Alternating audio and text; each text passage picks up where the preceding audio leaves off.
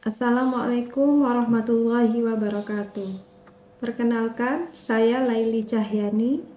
Saya merupakan dosen program studi pendidikan informatika Fakultas Keguruan dan Ilmu Pendidikan Universitas Trunojoyo Madura. Pada video kali ini saya akan membahas terkait salah satu mata kuliah yang saya ampu, yaitu mata kuliah kecerdasan buatan. Video ini merupakan persyaratan sertifikasi dosen pada tahun 2025, yaitu pada bagian pernyataan diri dosen dalam unjuk kerja Tridharma Perguruan Tinggi atau PDD UKT-PT. Mata kuliah kecerdasan buatan merupakan mata kuliah wajib bagi mahasiswa program studi pendidikan informatika yang berada di semester 3. Mata kuliah ini memiliki bobot 2 SKS. Mata kuliah kecerdasan buatan ini memiliki capaian pembelajaran, yaitu mahasiswa diharapkan mampu menguasai konsep kecerdasan buatan untuk merepresentasikan pengetahuan dalam suatu masalah, mengimplementasikan metode-metode di dalam kecerdasan buatan untuk pemecahan masalah, serta menganalisis penggunaannya di berbagai bidang. Adapun sub CPMK dari mata kuliah ini, yang pertama yaitu mampu menjelaskan ruang masalah kecerdasan buatan serta aturan produksi di masing-masing ruang masalah. Yang kedua, mampu menganalisis algoritma pencarian dalam kecerdasan buatan dan menyelesaikan permasalahan menggunakan algoritma pencarian. Yang ketiga, yaitu mampu menjelaskan teknik penalaran dalam kecerdasan buatan dan menerapkan algoritma berbasis aturan. Yang keempat, mampu menjelaskan konsep penalaran menggunakan logika fuzzy serta menerapkannya untuk penyelesaian masalah. Yang kelima, mampu menjelaskan teknik perencanaan dan mengimplementasikan metode perencanaan. Yang keenam, mampu menjelaskan metode pembelajaran dalam kecerdasan buatan. Dan ketujuh, mampu mengimplementasikan algoritma pembelajaran seperti decision tree, jaringan saraf tiruan, dan algoritma genetika. Dan yang terakhir yaitu mampu menyelesaikan permasalahan kecerdasan buatan dalam bentuk aplikasi sistem cerdas serta mengevaluasi hasilnya. Adapun topik bahasannya yaitu ada initial state, goal state, dan aturan produksi, kemudian algoritma pencarian seperti BFS, DFS, UCS, dan lainnya. Kemudian ada teknik penalaran seperti forward chaining, backward chaining, dan sistem fuzzy. Selanjutnya teknik perencanaan seperti goal state planning dan constraint posting. Ada teknik pembelajaran seperti decision tree, jaringan saraf tiruan, dan algoritma genetika. Dan yang terakhir, beberapa studi kasus dari berbagai bidang. Sistem pembelajaran yang dilakukan pada mata kuliah ini yaitu dilakukan secara luring dan daring. Adapun pembelajaran luring dilakukan melalui pembelajaran tatap muka di kelas, dan daring dilakukan melalui aplikasi Zoom atau Google Meet. Pendekatan yang digunakan yaitu SCL atau Student Centered Learning, di mana fokus utamanya adalah peran dan keaktifan siswa. Evaluasi dalam pembelajaran ini dilakukan melalui 4 jenis kegiatan. Yang pertama yaitu penilaian partisipatif mahasiswa. Yang kedua, penugasan mandiri maupun kelompok. Yang ketiga, melalui ujian tengah semester yang dilakukan pada minggu ke-8. Dan yang terakhir yaitu ujian akhir semester yang dilakukan pada minggu ke-16. Dalam melakukan evaluasi digunakan rubrik yang sudah ditentukan sebagai pengukuran hasil belajar mahasiswa. Adapun bobot penilaian yang diberikan dari evaluasi tersebut, yang pertama, pada jenis penilaian partisipatif mahasiswa diberikan bobot 15%. Kemudian, pada nilai tugas diberikan bobot 25%. Sedangkan pada nilai UTS diberikan bobot 25%. Sedangkan yang terakhir pada nilai UAS diberikan bobot 35%. Sekian penjelasan dari mata kuliah kecerdasan buatan. Terima kasih atas perhatiannya. Assalamualaikum warahmatullahi wabarakatuh.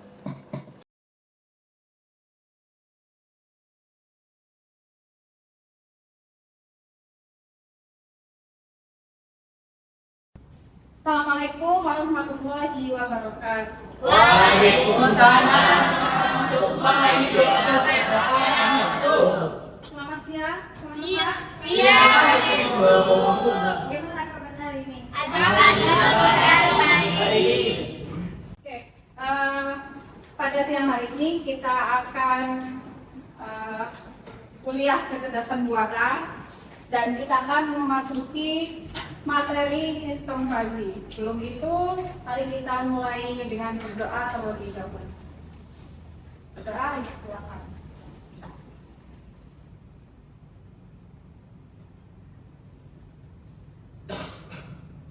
Doa selesai. Minggu lalu kita sudah membahas materi terkait teknik penalaran atau reasoning. Dan kemudian kita juga sudah membahas beberapa algoritma penalaran berbasis aturan atau rules reasoning algorithm. Di antaranya ada forward chaining dan backward chaining. Oke, dari teman-teman semua mungkin ada yang bisa mereview atau menjelaskan resume terkait materi minggu lalu. Silakan. Saya Ibu. Oke. Jadi rule based reasoning algorithm itu algoritma yang berbasis pada aturan-aturan yang sudah ditentukan. Oke, betul.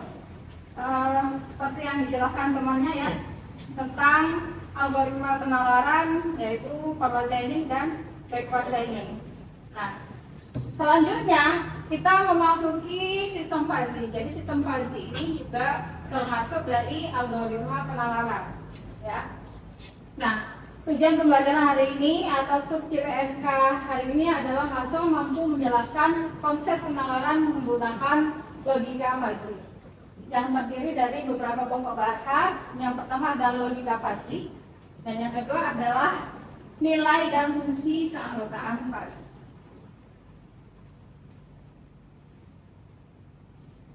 Yang pertama tentang logika fuzzy. Apa sih logika fuzzy? Sebelumnya ada perkenalan tentang logika fuzzy, yaitu ditemukan oleh Lutfi Azadeh pada tahun 1965. Sudah lahir kira-kira? Belum ya? Ini kelahiran tahun berapa?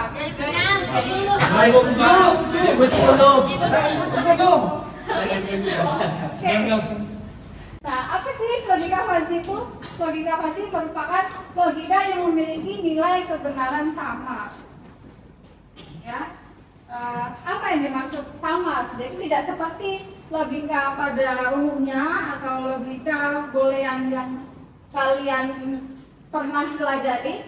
Logika fuzzy ini digunakan untuk menjelaskan ekspresi logika pada lingkaran fuzzy. Berbeda dengan logika boolean yang memiliki nilai kebenaran 0 atau 1. Jadi nilai 0 atau 1, true atau false. Ya. Kalian mungkin kadang mau memberikan nilai 0 atau 1 atau true, false. Sedangkan logika fuzzy nilai kebenarannya yaitu 0 hingga 1. 0 sampai 1. Nah, ini ilustrasinya. Jadi kalau ada logika boolean itu warnanya putih, yang sebelah kanan saya atau sebelah kiri kalian, yang sebelah kanan berwarna hitam. Jadi nilai kebenarannya hanya 2. Sedangkan nilai kebenaran dari logika fuzzy samar, yaitu bisa 0, sekian ya, 0,1, 0,2 dan seterusnya. Jadi 0 sampai 9 ini domainnya, bukan nilai kebenarannya ya. Jadi ini misal ada variabel dengan angka 3 gitu ya. Nah, nilai kebenarannya berapa? Oke. Sedangkan logika fuzzy dalam kehidupan sehari-hari yang sering kita temukan, penerapannya atau implementasinya yang pertama dari mesin cuci otomatis. Jadi bisa mengatur tingkat kekotoran, ya, bisa mengatur putarannya itu ya, atau pemberian air. Nah, sensor ini mendeteksi tingkat kekotoran pakaian, misalnya agak kotor, sangat kotor. Misalnya kalau jumlah pakaiannya banyak, jumlah pakaiannya sedikit, nah itu nanti akan air yang dikeluarkan berbeda. Seperti itu. Terus apa lagi? Jenis kainnya, biasanya ada settingan, dia sutra atau bukan, katun atau lain sebagainya. Itu mesin cuci otomatis atau smart ya. Nah, dia akan menyesuaikan durasi pencucian, volume air dari air yang dikeluarkan, butuh banyak atau sedikit, seperti itu. Ya, butuh waktu lama atau tidak dalam pencuciannya, gitu ya. Contoh lainnya adalah AC atau pendingin ruangan. Ya, dia akan mengontrol suhu, kelembapan, terus udaranya, ya, aliran udara, sehingga orang-orang yang ada di dalam ruangan tersebut nyaman. Nah, biasanya semakin banyak orang semakin panas ya. Nah, panas kan? Ya. Sehingga AC itu akan mengeluarkan suhu yang lebih kencang. Contoh lain, penerapan fuzzy di kamera digital. Dia akan menyesuaikan kecerahan, ya. Di ruangan atau di area luar itu akan berbeda, ya, atau jarak subjek. Nah, kontrasnya juga. Nah, ini untuk menentukan pengaturan lensa, ya. Kemudian contoh terakhir yaitu rice cooker. Sekarang banyak rice cooker smart ya. Dia bisa mengukur tingkat kematangannya itu bisa diatur. Ini digunakan untuk menyelesaikan waktu dan suhu memasak. Sensor merasakan jumlah beras, kalau semakin banyak seperti apa nanti hasilnya. Sehingga kematangannya itu pas sesuai keinginan pengguna, tanpa pengguna perlu ngatur-ngatur. Jadi dia sudah smart. Oh, berasnya sekian, berarti harus seperti apa menanamnya biar otomatis. Bisa dipahami? Bisa. Oke. Selanjutnya kita akan masuk ke sistem fuzzy. Jadi yang kalian lihat di layar ini adalah bagan sistem fuzzy, ya. Dimulai dari input. Jadi input kalau di komputer, karena komputer itu boolean ya, atau terdiri inputannya harus 0, 1. Jadi inputnya tetap bernilai tegas nanti. Ini namanya crisp value, nanti saya akan menjelaskan. Kemudian ini sistem fuzzy-nya akan terdiri dari fuzzifikasi, kemudian ada proses inferensi, di sini ada knowledge base juga, nanti di sini juga terdiri dari aturan-aturan di dalam knowledge base. Kemudian ada proses defuzzifikasi. Defuzzifikasi itu akan mengembalikan nilai fuzzifikasi ya ke dalam nilai keris atau nilai tegas. Jadi yang dikeluarkan kembali ke angka tegas. Jadi misal ada variabel usia, dia akan mengembalikan sesuai nilai dari variabel usia. Oke, sekarang apa sih keris? Tadi kan saya menyebutkan nilai tegas atau keris ya. Ini ada himpunan tegas, yaitu nilai keanggotaan teks dalam suatu himpunan A memiliki dua kemungkinan, yaitu 1 atau 0. Jadi nilai tegas itu menggunakan logika boolean tadi. Nilai kebenarannya hanya dua, 1 atau 0. Nah ini contoh yang pertama, jika diketahui di semesta 1 sampai 6 adalah semesta pembicaraan dan A-nya terdiri dari 1, 2, 3, sedangkan B terdiri dari 3, 4, 5. Maka nilai keanggotaan dari 2 pada himpunan A ini himpunannya ya. Ya. Berapa nilainya? 1. Sedangkan nilai keanggotaan 2 pada himpunan B berapa? 0. Karena nilai 2 pada himpunan B tidak ada. Ya, itu namanya himpunan tegas. Ya. Saya ulangi lagi, kalau nilai tegas terdiri dari 1 atau 0. Nah, jadi tidak ada nilai selain itu. Ini contoh yang kedua, misal ada variabel umur yang dibagi menjadi 3 kategori himpunan, yaitu himpunan muda, ada himpunan berbaya, dan himpunan tua. Nah ini sudah diketahui bahwa umur kurang dari 35 tahun termasuk ke himpunan Tua. umur kurang dari 35 tahun masuk ke Muda. kemudian 35 tahun sampai 55 tahun masuk ke parubaya dan umur lebih dari 55 tahun masuk ke Tua. Ini kalau himpunan tegas, jadi tidak ada pilihan lain. Kalau sudah masuk muda, ya berarti muda. Tidak bisa masuk parubaya dan seterusnya. Nah, ini ada beberapa istilah yang perlu kalian ketahui di dalam logika fuzzy. Yang pertama yaitu ada namanya variabel fuzzy. Jadi variabel fuzzy itu seperti apa sih? Contohnya ada usia, kecepatan, IPK, ya. Kemudian kalau himpunan fuzzy, misal di variabel usia memiliki himpunan fuzzy yaitu muda, parubaya, dan tua. Ya. Kemudian kalau di variabel kecepatan ada apa kecepatan biasanya? Rendah dan tinggi.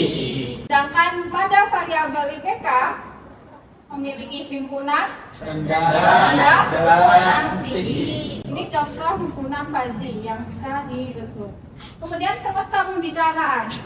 Apa sih? Yaitu keseluruhan nilai yang dapat dioperasikan untuk variabel fuzzy. Contoh semesta pembicaraan itu begini. Kalau kalian sedang melakukan penelitian ya atau punya kasus ada variabel IPK, nah berarti semesta pembicaraan dari IPK 0 sampai 4. Tidak mungkin ada IPK 5 ya. Kecuali mungkin di negara lain.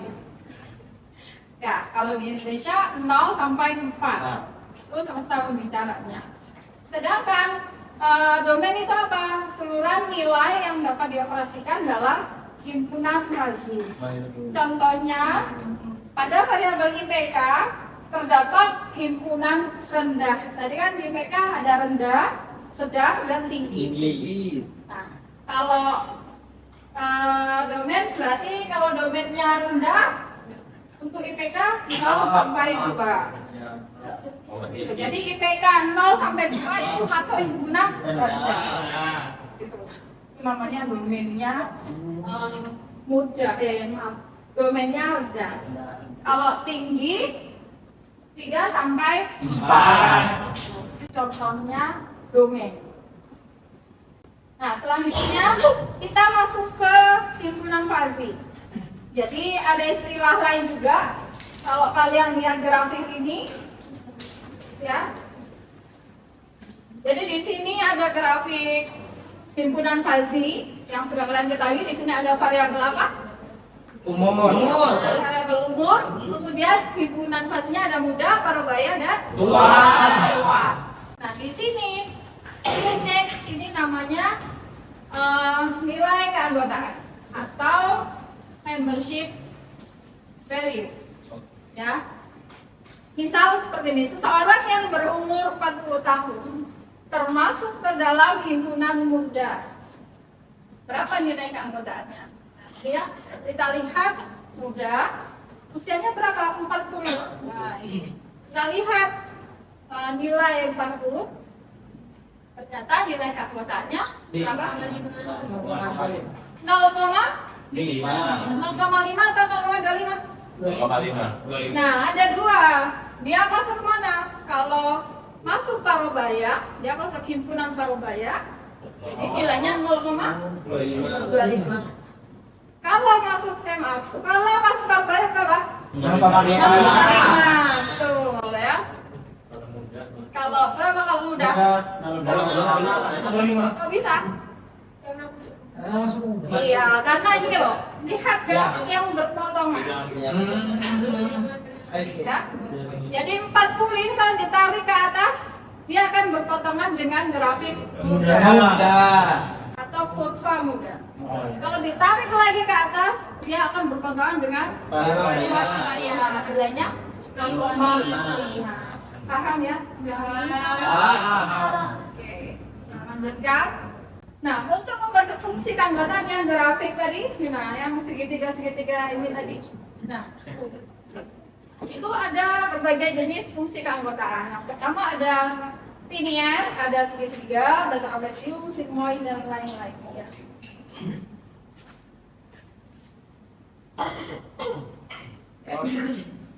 Oke, sudah mulai masuk fungsi ya. Fungsi keanggotaan yang pertama representasi linear. Ini ada linear naik dan linear turun.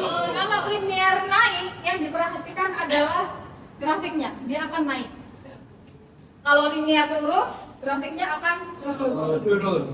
Dan ini fungsinya, rotasi matematikanya, mu x atau nilai keanggotaan bisa didapatkan dari rumus x min a dibagi d min a. Ini untuk syarat jika x-nya ya antara A sampai B. Jadi kalau x-nya di antara di sini posisinya di antara A sampai B ya dan B, maka menggunakan rumus ini x dikurangi A dibagi B dikurangi A. Itu untuk mendapatkan nilai keanggotaan. Ya. Sedangkan kalau kurang dari A, kalau posisinya di sini, dia nilainya langsung 0. Kalau lebih dari B, nilainya 1. Begitu pula yang representasi linear turun. Kalau turun, misal X-nya di antara A sampai B ada di posisi ini, maka menggunakan rumus B dikurangi X dibagi B dikurangi A. Selain itu, jika A, nah dilihat, kalau A-nya posisi grafiknya seperti ini, berarti A-nya nggak usah dihitung. Langsung terlihat berapa nilai A-nya? 1. Nilai anggotanya ya, nilai keanggotaannya ada himpunan ini ya, 1. Kalau dia lebih dari B, maka nilainya 0. Ini contohnya, misal ada variabel temperatur atau suhu. Nah, A-nya bernilai 25, B-nya bernilai berapa? 35. Jika ditanya berapa nilai keanggotaan dari temperatur 32, maka lihat ya. Berapa? Nah, gunakan rumus ya sebelumnya. Nah, nanti kita masuk ke latihan ya. Dengan rumus yang mana nih? Ini linear naik atau turun? Naik. Naik. Betul ya, berarti menggunakan rumus atau fungsi linear naik.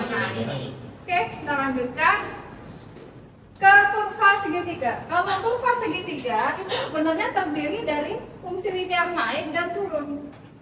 Jadi kalian jangan bingung. Yang berbeda hanya di sini ada batasan A, B, C. Rumusnya hampir sama. Jadi kalau ini X dikurangi A dibagi B dikurangi A. Sama dengan linear naik tadi. Kalau turun juga sama. Ya. Baiklah, selanjutnya silakan kalian mengerjakan latihan yang sudah ditampilkan di layar. Ini ada variabel X Ya, dengan nilai 12 dan seterusnya. Ada hitungan muda, dewasa, dan tua. X merupakan usia ya kalau lihat dari grafik ini. Ini kurva apa? Linear, segitiga atau trapesium? Segitiga. Ya, jadi kalian gunakan rumus segitiga. Silakan dikerjakan, waktunya 5 menit.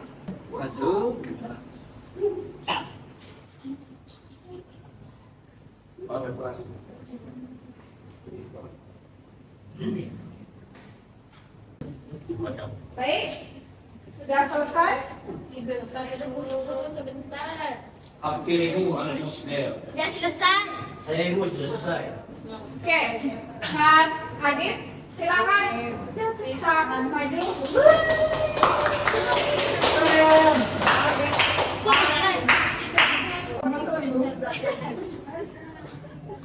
Mas Adit untuk X 12 saja ya. Silakan ditulis di papan. Bagaimana caranya?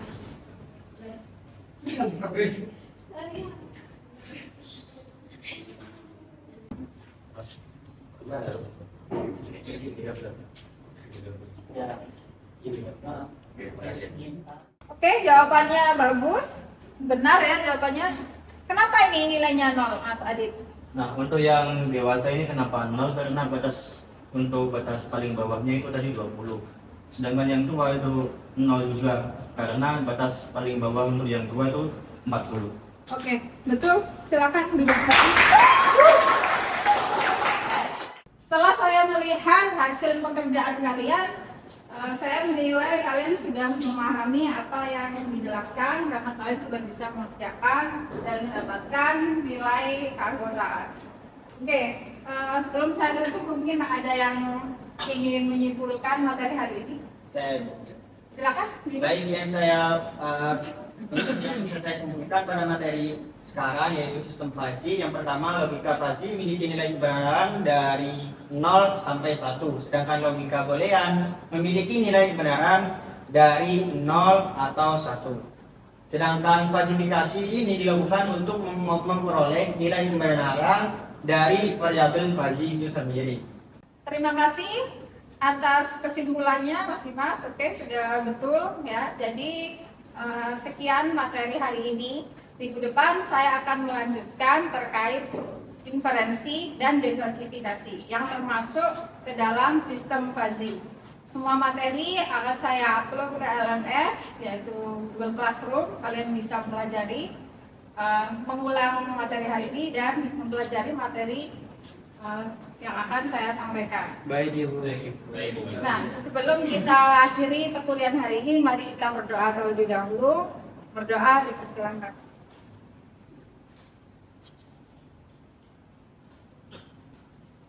Berdoa selesai. Saya akhiri, terima kasih atas perhatiannya. Assalamualaikum warahmatullahi wabarakatuh. Waalaikumsalam warahmatullahi wabarakatuh.